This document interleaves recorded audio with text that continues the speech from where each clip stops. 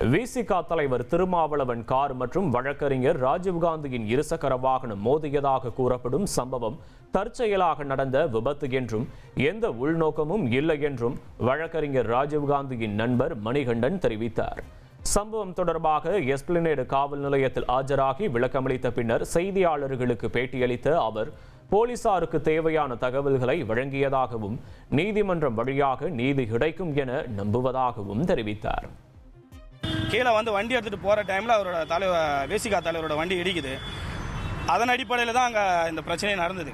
ஏன்னா அவர் ஒரு மோட்டிவோடு வந்துட்டாருன்ற மாதிரி இவங்க சொல்கிறாங்க. அவர் ஒரு மோட்டிவேஷனும் எதுவுமே கிடையாது. ரைட்டுங்களா? நம்ம வந்தது எங்களுடைய வேலைக்கோசம் நாங்கள் வரோம்.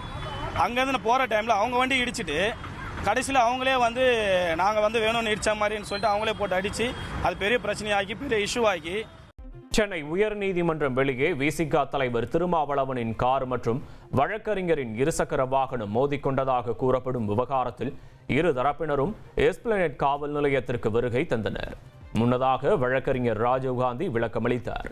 இதையடுத்து விசிக சார்பில் வழக்கறிஞர் அணி உறுப்பினர்கள் ஆஜராகி சுமார் 3 மணி நேரம் விசாரணைக்கு ஒத்துழைத்தனர். பார் கவுன்சில் இருந்து சிசிடிவி காட்சிகளை பெற்று ஆய்வு நடந்து வருவதாக போலீசார் தெரிவித்துள்ளனர்.